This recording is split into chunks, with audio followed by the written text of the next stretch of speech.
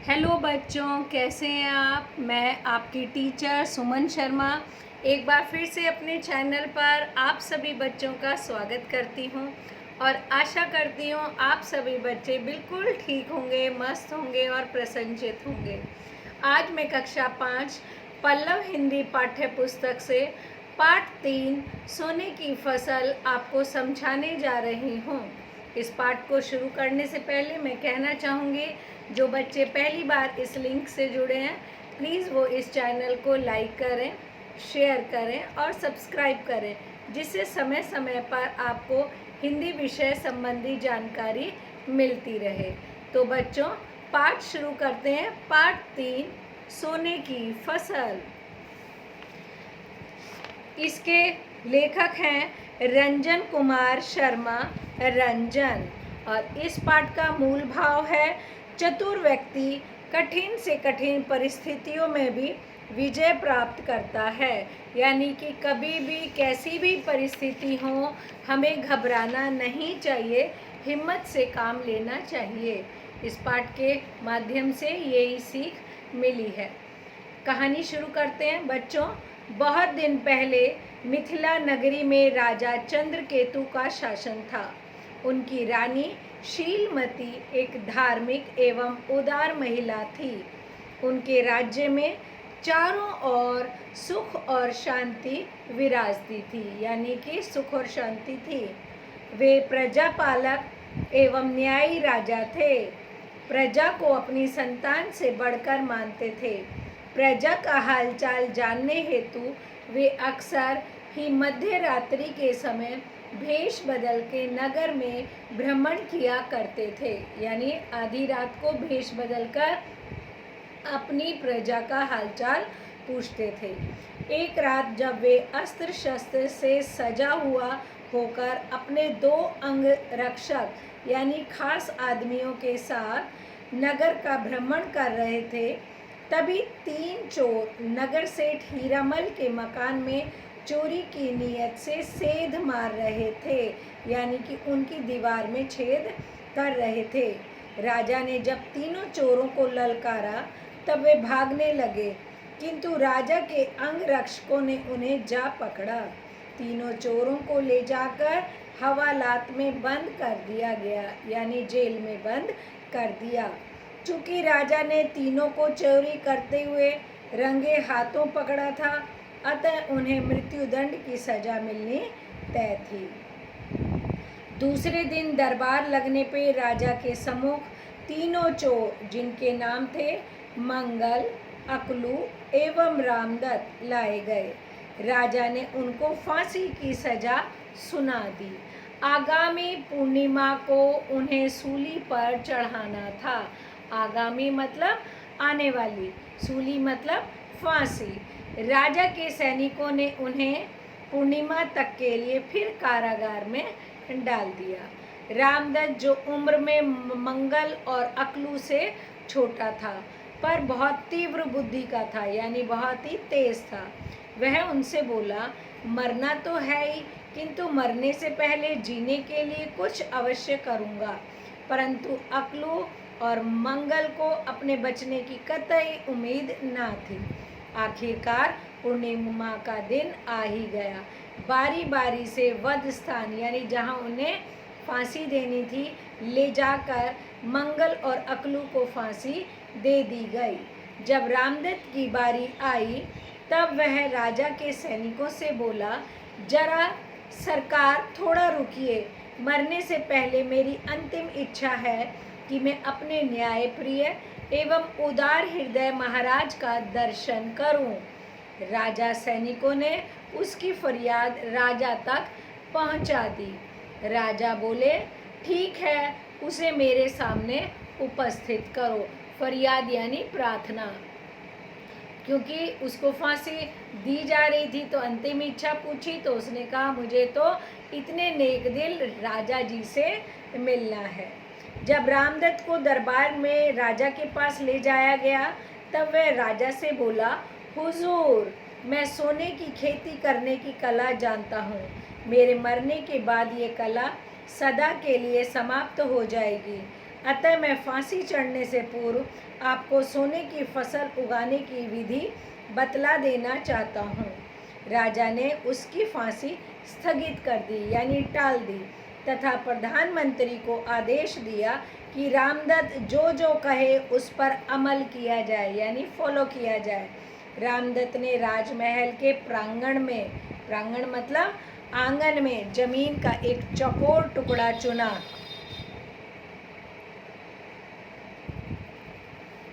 उस टुकड़े को 9 दिनों तक 9 ब्राह्मणों द्वारा सोने के हल से जोता गया।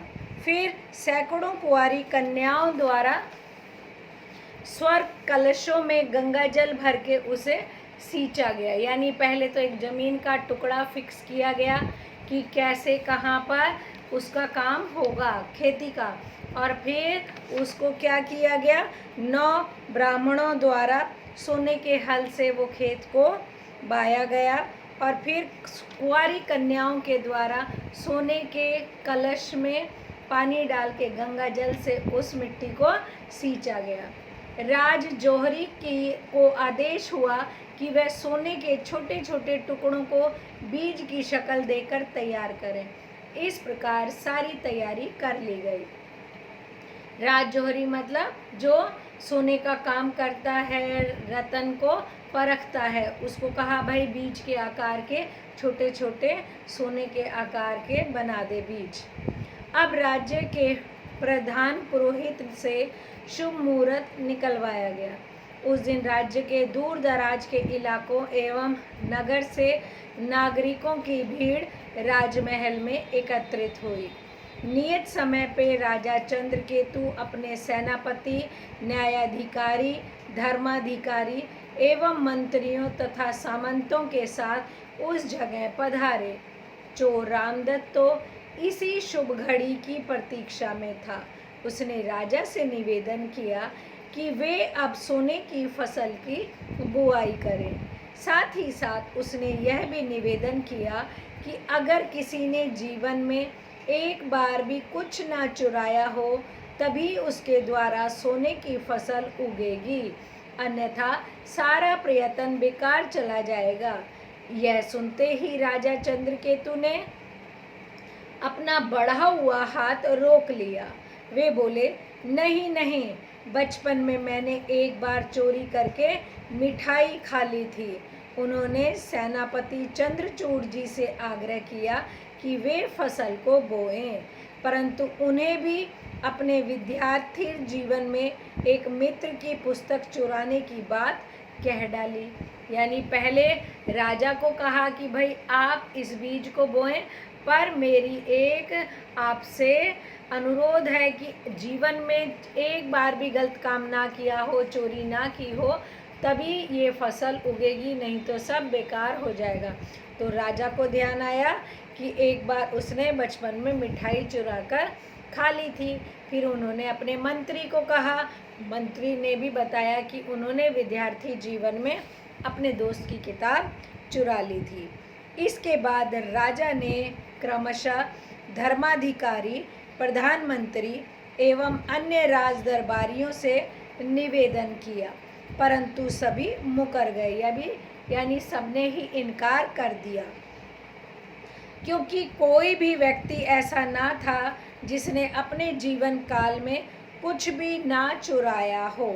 तब राजा ने भीड़ की ओर मुखातिब होकर आम प्रजा से पूछा कि कोई ऐसा व्यक्ति हो तो सामने आए, परंतु भीड़ से भी कोई व्यक्ति सामने नहीं आया। यानी पहले तो राजा ने अपने मंत्री परिषद में पूछा और फिर जनता में कहा कि कोई ऐसा है जिसने एक बार भी चोरी ना की हो, परंतु कोई भी सामने नहीं आया।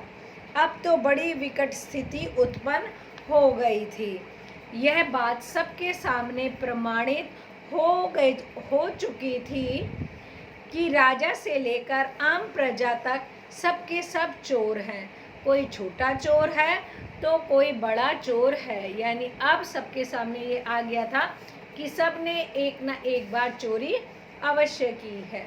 अब चोर रामदत्त आगे आके बोला, प्रजाजनों एवं सभासदों, आपके राजा चोर हैं, सेनापति, धर्माधिकारी, न्यायाधिकारी, मंत्रीगण और खुद आप लोग भी चोर हैं। उन्होंने कहा सबके सब चोर हैं। तब चोरों की जमात का एक अदना सा सदस्य, यह गरीब रामदत्त ही क्यों फांसी चढ़े। मैंने नगर सेठ के घर में चोरी करने की कोशिश की, क्योंकि मेरा परिवार 3 दिन से भूखा था। यदि मुझे कोई काम धंधा या रोजगार मिला होता तो मैं यह जघन्य कृत्य क्यों करता, यानी घृणित कार्य जिसके कारण मुझे फांसी मिली। बताया उसने कि 3 दिन से मेरा परिवार भूखा था। चोर की बात सुन के राजा एवं दरबारियों का सिर शर्म से झुक गया, उसकी बोलती बंद हो गई। राजा ने रामदत्त को मुक्त करने का आदेश दिया तथा उसे व्यापार करने हेतु 100 स्वर्ण मुद्राएं भी प्रदान की।